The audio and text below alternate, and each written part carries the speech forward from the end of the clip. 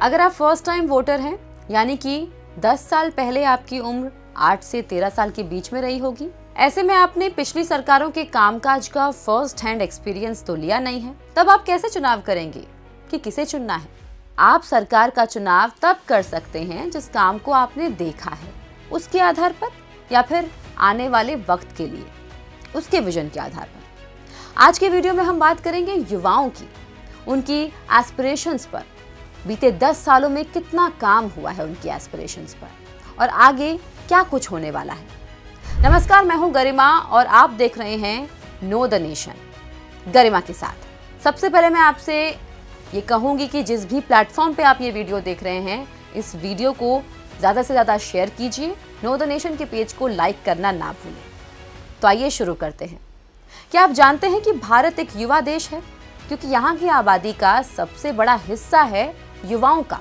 हमारी 50% आबादी 25 साल से कम उम्र की है और औसत एज, जो एवरेज एज जिसे बोलेंगे, वो 29 साल है। जाहिर है, सरकार की सारी बड़ी योजनाओं के सेंटर में युवा शक्ति है। पीएम मोदी जिस विकसित भारत के संकल्प की सिद्धि पर काम कर रहे हैं, उसकी बागडोर भी युवाओं के हाथ में ही है।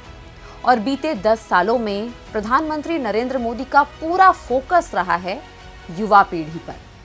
भारत में प्रतिभा की कोई कमी नहीं है, लेकिन इस प्रतिभा को संवारेंगे कैसे? हर हाथ को काम कैसे मिलेगा? ये तभी हो सकता है जब युवाओं के पास शिक्षा हो, जब युवाओं के पास स्किल हो। तो इसके लिए सरकार क्या कर सकती है? वो सब बीते 10 सालों में मोदी सरकार ने किया और इस विजन की शुरुआत हुई प्रधानमंत्री के मेक इन इंडिया इनिशिएटिव से, जहां मोदी जी ने नारा दिया कि नौकरी नहीं, स्वरोजगार। बदलते हुए भारत में, तेजी से आगे बढ़ते हुए भारत में रोजगार और स्वरोजगार के अवसर लगातार बन रहे हैं। ये बहुत बड़ा पैराडिम शिफ्ट था। इससे पहले तक देश के युवा डिग्री लेते थे और सोचते थे कि कहीं नौकरी मिल जाए, लेकिन प्रधानमंत्री ने प्रेरित किया कि नौकरी लेने वाले नहीं, नौकरी देने वाले बनो। युवाओं को बेहतर शिक्षा और रोजगार के अवसर मिले। इसकी शुरुआत हुई न्यू एजुकेशन पॉलिसी, यानी कि नई शिक्षा नीति से, जिसका पूरा फोकस है साइंटिफिक और प्रैक्टिकल एजुकेशन पर। और क्या क्या हुआ? स्कूलों में बेहतर इंफ्रास्ट्रक्चर और सुविधाओं के साथ 14,000 पीएम श्री स्कूल, इनोवेशन को बढ़ावा देने के लिए 10,000 अटल टिंकरिंग लैब, बेहतर प्रोफेशनल एजुकेशन के लिए 7 नए आईआईटी और 7 नए आईआईएम, मेडिकल सीटों में 112% की बढ़ोतरी हुई, यूनिवर्सिटीज की संख्या में 54% की बढ़ोतरी हुई और इन सबका नतीजा हायर एजुकेशन में एनरोलमेंट 26% तक बढ़ा। पेटेंट की संख्या में 8 गुना बढ़ोतरी हुई और भारत इनोवेशन इंडेक्स में 2014 में 81वें पायदान से 2022 में 40वें पायदान पर आ गया।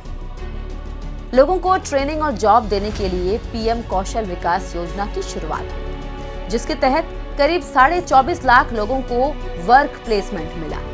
स्टार्टअप एमएसएमई को बढ़ावा मिला पीएम मुद्रा योजना से, जिसके माध्यम से लोन लेना आसान हुआ और 8 करोड़ युवाओं ने बिजनेस में पहली बार अपनी किस्मत आजमाई। प्रधानमंत्री मोदी ने सिर्फ स्वरोजगार की बात नहीं की, बल्कि वो इकोसिस्टम भी उपलब्ध कराया जहां ये बिजनेस फल फूल सके।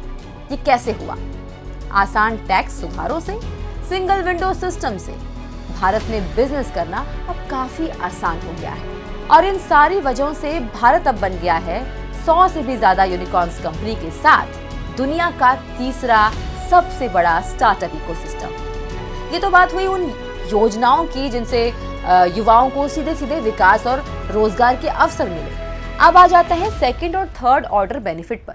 सेकंड और थर्ड ऑर्डर का मतलब है किसी योजना का मकसद कुछ और है, लेकिन उसकी वजह से दूसरे लाभ भी मिल रहे हैं। जैसे पीएम आवास योजना का मकसद है लोगों को घर मुहैया कराना, लेकिन इससे सिर्फ योजना के लाभार्थी को लाभ नहीं मिल रहा है, बल्कि घर बनाने वाले आर्किटेक्ट, मिस्त्री, घर बनाने के लिए सामान मुहैया कराने वाले व्यापारी, सारे लोगों को फायदा हो रहा है। तो ये आर्किटेक्ट, मजदूर, मिस्त्री, कारपेंटर, व्यापारी, एक सेकेंड ऑर्डर बेनिफिट पाने वाले लोग हैं। तो सरकार की कई सारी योजनाओं के सेकेंड और थर्ड ऑर्डर लाभार्थी युवा भी हैं। डिजिटल इंफ्रा में मजबूती के साथ 6 करोड़ 24 लाख से ज्यादा जॉब्स डिजिटल इकोनॉमी में तैयार हुए हैं।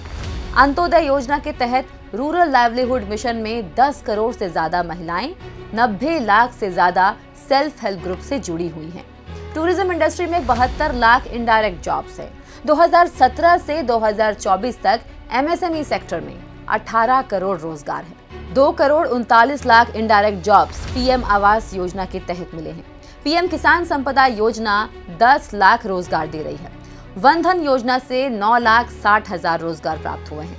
पीएमईजीपी से 76 लाख से ज्यादा रोजगार मिले हैं। खादी उद्योग 10 लाख नए रोजगार दे रहा है।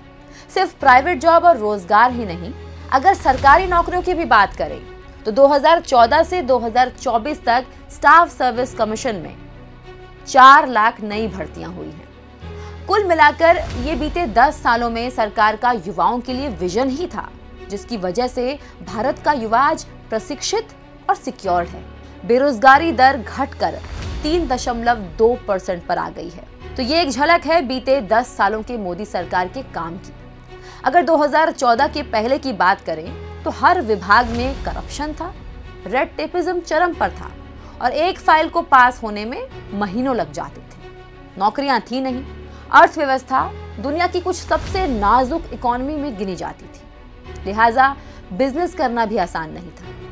ये हम नहीं कह रहे हैं, आपके लिए टास्क है। जो लोग फर्स्ट टाइम वोटर हैं, खास उनके लिए जरा अपने आसपास पता तो कीजिए कि 2014 के पहले की स्थितियां क्या थी और फिर चुनाव कीजिए कि इस इलेक्शन में किसे वोट देना है।